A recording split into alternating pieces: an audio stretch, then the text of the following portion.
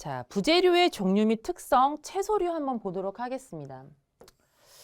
채소류는요, 이쪽 부분은 좀 가볍게 보시면 되겠습니다. 자, 쑥 중요하겠죠? 떡에 가장 많이 쓰이는 재료인 하나. 쑥에는 비타민 A, 비타민 C, 칼륨과 칼슘이 풍부하게 들어있어 뭐에 피로회복에 좋다. 항상 문제 지문이 이렇게 좀 많이 나와요. 쑥에는 뭐가 들어있어서 뭐에 좋다. 이런 식으로 지문이 많이 출제가 되고 있습니다. 자, 경채류. 경채류는 어떤 것들이 있는지 종류만 좀 아시면 될 것 같아요. 줄기를 식용하는 거죠. 아스파라거스, 땅두릅, 죽순 등이 있다. 자, 밑에 근채류. 근채류는요, 무가 한 번씩 나옵니다. 자, 근채류는요, 땅속 뿌리나 줄기 등을 식용하는 채소류를 말하는 거로요. 무에 들어있는 건 디아스타제. 이게 소화를 잘 되게 한다.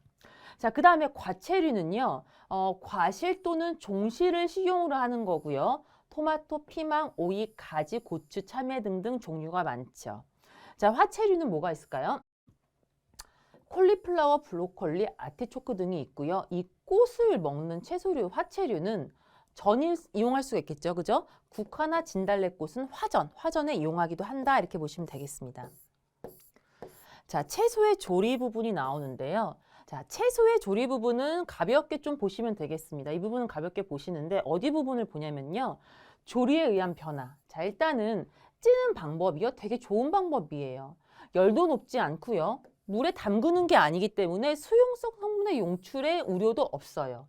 그래서 영양 성분의 손실이 가장 적은 조리 방법이다. 이 정도 보시면 되겠고요. 밑에는 한번 가볍게 읽어보시고, 자, 녹색 채소, 예를 들어 쑥 같은 거 데칠 때, 녹색 채소 데칠 때 뭘 넣어요? 물의 양은 재료의 5배가 적당합니다. 2배나 3배 물을 조금 하게 되면 물이 다시 끓는데 시간이 오래 걸리기 때문에 물의 양을 좀 넉넉히 재료의 5배 정도가 적당하고요. 자, 어떤 거 보시냐면 알칼리성 물질. 자, 이게 뭐냐면 식소다. 대부분 쑥을 데칠 때, 쑥을 삶을 때 어떻게 색을 선명하게 하기 위해서 식소다를 넣는 경우가 많이 있는데 얘는요, 알칼리성 물질로 클로로필을 클로로필렌으로 변하게 해서 색깔을 진하게 하기는 하는데 얘는 채소가 뭉그러뜨려요. 색을 선명하게 하기는 하지만 알칼리성이 색소의 벽면을 끊어지게 하므로 소다는요, 채소가 잘 뭉개집니다. 자, 그럴 반면 소금은요, 중성염이기 때문에 채소를 데칠 때 색을 선명하게 하기도 하고 채소를 뭉그러뜨리는 것도 덜하다 이렇게 보시면 되겠습니다. 자, 밑에 또 볼게요. 자, 과일류. 과일류 이쪽 부분은 좀 가볍게 보도록 하겠습니다. 호흡기 과일, 뭐 통조림 이런 것들 가볍게 보시면 되겠고요. 자, 서류. 서류는 이 부분은 떡에 쓰이는 재료들이 좀 꽤 있죠. 이 부분 한번 보도록 하겠습니다. 자, 감자는요. 일단 어떤 게 나오냐면 솔라닌 이거 많이 나오죠. 감자에 들어있는 유독 물질은 문제 이런 식으로. 자, 솔라닌. 자, 감자에 들어있는 부패 물질도 한 번씩 물어봅니다. 셉신 이렇게 보시면 되겠고요. 자, 그 다음에 고구마. 고구마는 고구마로 만드는 떡이 또 있죠. 자, 어떤 떡? 조침떡이 있습니다. 제가 개인적으로 굉장히 좋아하는데, 자, 제주도 향토떡입니다. 그죠? 이거는 조침떡. 고구마를 채 썰어가지고 섞어서 찌는 조침떡이 있다. 이렇게 정도 보시면 되겠고요. 마는 가볍게 보시면 되겠습니다. 자, 물은요, 물의 기능 정도 한 번씩 보시면 되겠습니다. 세포를 구성하고, 그 다음에 용매 역할을 하며요. 그 다음에 구조적 안정에 중요한 역할을 하고, 영양소를 수송하는 역할을 도와준다. 그 다음에 반응체, 반응물이 되거나 반응 매개체 역할을 한다. 이 정도만 가볍게 보시면 되겠고요. 물의 경도, 이거는 어느 것만 아시면 되면 연수하고 경수만 아시면 되겠습니다. 연수하고 경수. 자, 이건 무슨 물이냐면 떡에 쓰기에 적합한 물은 연수라고 보시면 돼요. 연수. 자, 그래서 멸치, 다시다, 국물 우릴 때, 밥 지을 때, 차 끓일 때 쓰는 게 주로 연수다 이렇게 보시면 되겠고요. 경수는 센물, 바닷물 등등이기 때문에 요리할 때는 사용하지가 않습니다. 그래서 이 정도만 아시면 되겠습니다. 자, 그 다음 소금 보겠습니다. 자, 소금도 가볍게 읽어주시면 되겠습니다.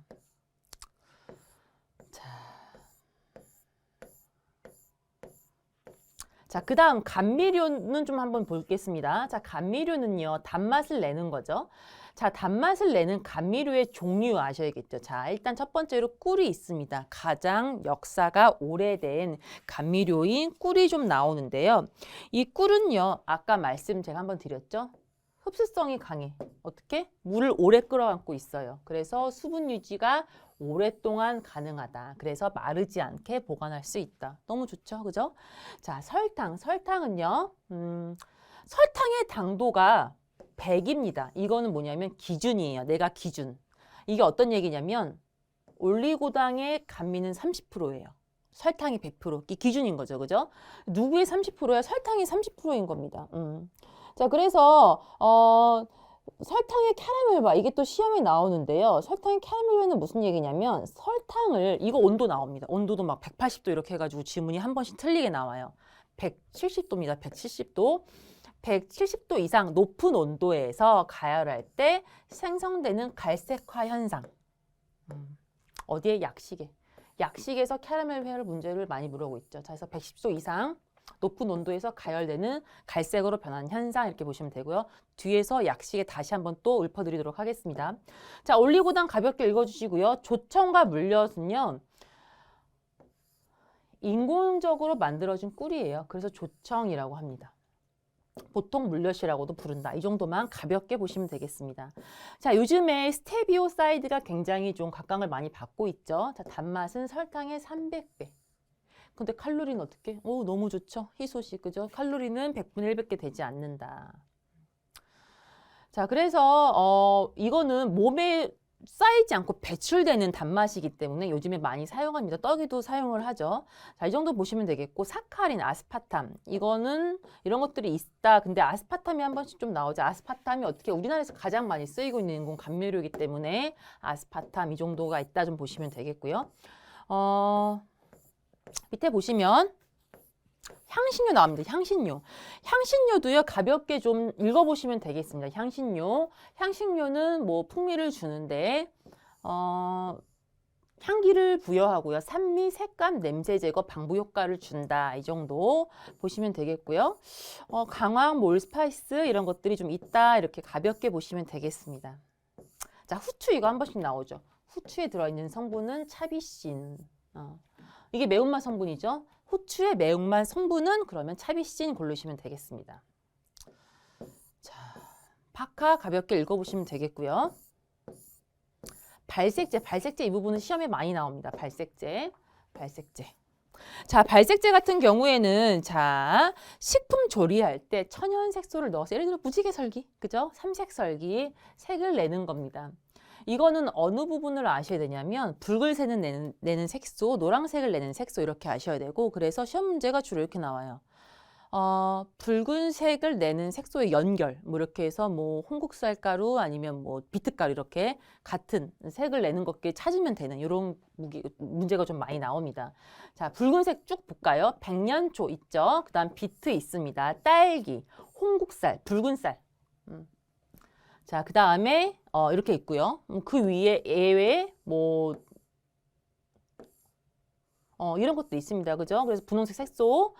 그리고 만약에 이건 분홍색을 내는데 여기에 없다. 그래도 분홍색을 낸다 하면 맞다고 하시면 되겠습니다.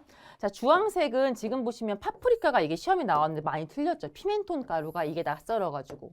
자, 파프리카 가루는 피멘톤이라고도 불린다. 그래서 얘는 주황색을 냅니다. 뭐 노란색 파프리카 이런 거 말고요. 주황색, 파프리카는 주황색, 피멘톤 주황색 이렇게 하시면 되겠습니다. 자, 치즈 주황색이죠. 그죠? 치즈 주황색 이렇게 보시면 되겠고요. 자, 노란색, 단호박. 단호박이 떡에 많이 쓰이는 재료 중에 하나죠. 자, 단호박도 시험에 자주 출제가 되는데요. 단호박은 어떤 거? 비타민 A가 베타카로틴이 풍부하게 들어있어서 뭐에 좋다? 노화를 억제하고 성인병을 예방한다. 자, 그 다음에 대표적인 노란색 색소인 치자가 또 있습니다. 치자, 그 다음에 울금 등이 있고요. 자, 녹색은요, 쑥이 있는데 좋은 쑥에 대한 문제 한 번씩 나옵니다. 자, 이른 쑥이 좋은 겁니다. 장쑥 말고요. 한 이른 쑥이 좋은 건데, 자, 이른 쑥은 대부분 4에서 5cm 정도로 작은 거. 하얀 털이 있죠. 그죠? 만졌을 때 연한 것이 좋다. 뭐가 풍부해요? 비타민과 미네랄이 풍부하여 체내 탄수화물과 에너지 대사를 촉진하고 해독 기능을 한다. 다양한 품종이 있다. 여러 에 활용이 된다. 자, 녹차 카테킨입니다. 녹차의 쌉쌀한 맛은 카테킨 이게 나오고요. 자, 보리색상, 녹차, 쑥 등등 녹색을 내는 색소입니다. 자, 크롤라, 시금치, 녹색이 가장 많죠. 그죠? 그래서 이것들은 녹색을 내는 색깔이다. 이렇게 보시면 되겠고요. 자, 보라색은 자색 고구마가 있습니다. 없죠. 다른 것도 그죠? 자색 고구마. 자, 자색 고구마가 뭐가 풍부해요? 안토시아닌이 풍부해서 보라색을 띈다. 이렇게 보시면 되겠습니다. 자, 검정색을 내는 색소는요. 자, 석이버섯, 흑임자, 흑미 등등이 있다. 이건 너무 쉽죠, 그죠? 이 정도 아시면 되겠고요. 자, 그 다음에 갈색은 코코아 가루, 계피가루가 있다. 이렇게 보시면 되겠습니다. 자, 과체류가 이번에 내용이 추가가 됐어요. 과체류가. 그래서 이 과체류 부분을 왜 굳이 내용을 지금 개정이 되면서 추가를 했는데 아무래도 추가가 된 내용인 만큼 시험에 조금 출제가 될 수 있겠죠. 그래서 과체류 종류 및 특성 그리고 그 옆에 견과류, 종실류의 종류 특성 이 부분을 좀 자세히 좀 보시면 아마 시험에 출제가 될 거니까 내용을 또 추가시키지 않았겠습니다. 그래서 저도 개정판에 실은 건데 자, 보시면 보겠습니다. 자, 오이는 수분이 95%, 그죠? 95에서 뭐 수박 95% 정도가 수분으로 되어 있다 보시면 되겠고요. 비타민 C가 많다. 자, 호박 아무래도 많이 나오겠죠? 호박은 비타민 A, 비타민 C가 풍부하다. 그래서 뭐가 좋다. 항상 이렇게 문제가 많이 나와요. 호박은 뭐가 많아서 뭐가 좋다. 이런 식으로. 가지. 아까 보라색 안토시아닌. 항산화제로 암을 예방하고 콜레스테롤을 낮춰준다. 자, 피망은 비타민 C가 풍부해서 피로회복에 좋으며 고혈압과 동맥경화 예방에 효과가 있다. 자, 토마토는 라이코펜, 베타카로틴 등 항산화 물질이 많다. 이렇게 보시면 되겠고요. 자, 견과류가 나옵니다. 견과류는요, 떡에 자주 쓰이는 재료죠. 자, 일단 견과류는요, 가장 중요한 게 반드시 냉동이나 냉장 보관해야 됩니다. 자, 견과류를 냉장이나 냉동 보관하지 않고 실온에 보관했을 경우에는 눈에 보이지 않는 1급 발암물질이죠. 아플라톡신이 생기기 때문에 항상 견과류는 냉장, 냉동 보관하셔야 되고요. 자, 호두부터 보도록 하겠습니다. 호두는 얘는 되도록이면 껍질째 냉동 보관하는 게 좋고요. 아몬드 같은 경우도 좀 그냥 가볍게 읽어서 보시면 되겠습니다. 호박씨 뭐 이제 가볍게 보시면 되겠고, 그 다음에 잣은 시험에 문제가 또 출제가 됐었죠. 뭐가 많아? 비타민 B가 많고 철분이 풍부하다. 잣이 떡에 잘 쓰이는 재료이기 때문에 시험에 좀 나온 건데 잣은 비늘잣이라는 게 나오죠. 아니면 잣가루로 이용을 하는데 비늘잣이 뭐냐면 잣을 한번 그려볼까요? 그죠? 잣을 어떻게? 가루가 아니고 세로로 이렇게 자른 것을 비늘잣이라고 합니다. 그래서 잣은 비닐잣이나 잣가루로 만들어 쓰는데 비타민 B가 많고 철분이 풍부하다 이렇게 보시면 되겠습니다. 자, 은행 같은 경우에는 청산 배당체를 함유하고 있어서 많이 먹으면 좋지 않죠. 이 정도 보시면 되겠고 혈액순환을 좋게 한다 보시면 되겠습니다. 자, 참깨는요, 잘 쉬지 않아서 여름철 떡의 고물로 사용한다. 그래서 시험 문제가 이렇게 나온 적이 있었죠. 여름철 자주 사용하는 고물은 뭐 붉은 파시루떡 이렇게 잘 상하는 고물 사이에 안 상하는 고물, 참깨 고물이 정답입니다. 그래서 주로 여름에 고물로 많이 사용한다 보시면 되겠고요. 들깨는 주로 탕에 많이 쓰인다. 탕에, 그죠? 많이 쓰인다. 참깨가 아니고 탕에 많이 쓰이는 건 들깨죠. 자, 그리고 흑임자, 검은 깨는요, 떡에 또 많이 쓰이는 재료인데 얘가 어떻게 안토시아닌 색소가 들어있기 때문에 진한 색깔을 내는 거고요. 그 다음에 시력 회복과 당뇨 치료에 좋다 이렇게 보시면 되겠습니다. 자, 그 다음에 이제 두류가 나오는데요. 자, 두류는 지금 보시면 콩과죠, 콩과. 자, 이 콩과는 어떤 부분이 나오냐면 이 부분도 시험에 많이 나옵니다. 항상 단백질과 필수 지방산이 풍부하다. 지문으로요. 그죠? 나오고 그 다음에 콩이 왜 떡에 필요하냐면요. 실은 떡에는 탄수화물만 좀 집중이 되어 있죠. 영양소가. 그래서 떡에 부족하기 쉬운 영양소인 아미노산을 풍부하게 함유하고 있기 때문에 떡에 콩을 잘 옛날부터 써왔습니다. 자, 그래서 콩의 중요성이 있는 만큼 시험에도 자주가 좀 출제가 되고 있는데요. 대두 있죠. 메주콩이라고도 하는 대두. 자, 이 대두는 우리 인절미 콩고물을 만들 때 사용을 하는 겁니다. 껍질이 얇고 깨끗하며 색이 노랗고 윤기가 많이 나는 것이 좋습니다. 자, 인절미 콩고물이나 아니면 편콩고물을 만드는 데 사용을 하고요. 자, 땅콩은 이 지문이 시험에 나왔죠. 이 지문이 대표적인 고지방, 고단백 건강식품이다. 그죠? 고지방, 고단백입니다. 자, 그 다음에 땅콩은 지질, 단백질, 탄수화물과 무기질, 비타민을 풍부하게 함유하고 있어서 불포화 지방산으로도 이루어져 있고 콜레스테롤을 식혀내는 효과가 있다. 그 다음에 피로회복이 좋다. 이 지문이 좀 나왔습니다.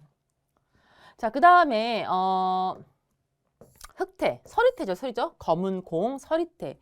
자, 이 서리태 같은 경우에는 대표적인 블랙푸드죠. 대표적인 블랙푸드로 단백질, 지방이 풍부하며 안토시아닌과 이소플라본이 풍부하다. 이것도 한번 시험에 나왔습니다. 안토시아닌과 이소플라본이 풍부하다. 자, 콩이요. 서리태가 몸에 독소를 배출해주는 해독작용도 하죠. 그래서 콜레스테롤을 낮춰주는 것도 몸에 좋습니다. 자, 동부. 자, 동부는요, 떡에 또 많이 쓰이는 재료죠. 얘는 식이섬유가 많아서 포만감을 준다. 이렇게 정도 보시면 되겠습니다. 자, 팥이 정말 많이 나오죠. 팥도 시험에 정말 많이 나오고 있습니다. 자, 팥은요, 어떤 거 보시면 되겠냐면요. 자, 탄수화물, 단백질로 되어 있어요. 팥이 탄수화물이 꽤 많죠. 그 다음에 단백질 19% 정도로 되어 있고요. 뭐가 비타민 B1, 이게 중요해요. 비타민 B1이 풍부하게 들어있어. 뭐가 좋다? 각기병 예방에 좋다. 시험에 자주 출제되는 지문 중에 하나입니다. 자, 이뇨 작용이 뛰어나죠. 그래서 뭐 팥물 먹고 살 뺀다 이러신 분들 많이 계시는데 이뇨 작용이 뛰어납니다. 그리고 또 단골 메뉴. 자, 사포닌 성분. 팥에 들어있는 사포닌 성분은 속을 쓰리게 하기 때문에 팥을 삶을 때에는 찬물을 버리고 다시 물을 넣어서 삶는다 이렇게 보시면 돼요. 팥 삶을 때요. 그냥 물 딱 넣고 처음부터 삶아주는 게 아니고 물을 넣고 팔팔 끓인 다음에 사포닌 성분이 조금 우러나오면 그 물을 따라 버리고 다시 물을 받아서 삶아주는 겁니다. 그래서 사포닌은 뭘 유발해요? 설사와 속쓰림을 유발한다 이렇게 보시면 되겠습니다. 시험 문제 많이 나옵니다. 자, 완두콩은 좀 가볍게 보시면 되겠고요. 녹두. 자, 녹두 같은 경우는요. 우리 실은 녹두는 곰을 만드는 방법이 아마 시험에 좀 나올 건데 녹두 고물을 떡에 많이 사용하기 때문에요. 자, 녹두 같은 경우에는 몸을 차갑게 하는 성질이 있어서 열이 많은 사람에게 좋고요. 혈압을 낮춰주는 역할을 합니다. 그리고 필수 아미노산과 불포화 지방산이 풍부하다 이렇게 보시면 되겠고요. 떡 고물로 많이 쓰인다. 녹두 고물 만드는 방법 다 뒤에서 볼 건데요. 녹두 고물 만드는 방법 아셔야겠습니다. 자, 강낭콩은요, 가장 재배를 많이 하는 콩이에요. 자, 그래서 뭐 떡의 재료로, 빵의 재료로 쓰인다. 이 정도만 보시면 되겠습니다. 자, 그래서 지금 여기, 재료까지 한번 살펴봤고요. 이 다음에 영양소 부분은 다음 강의에서 보도록 하겠습니다.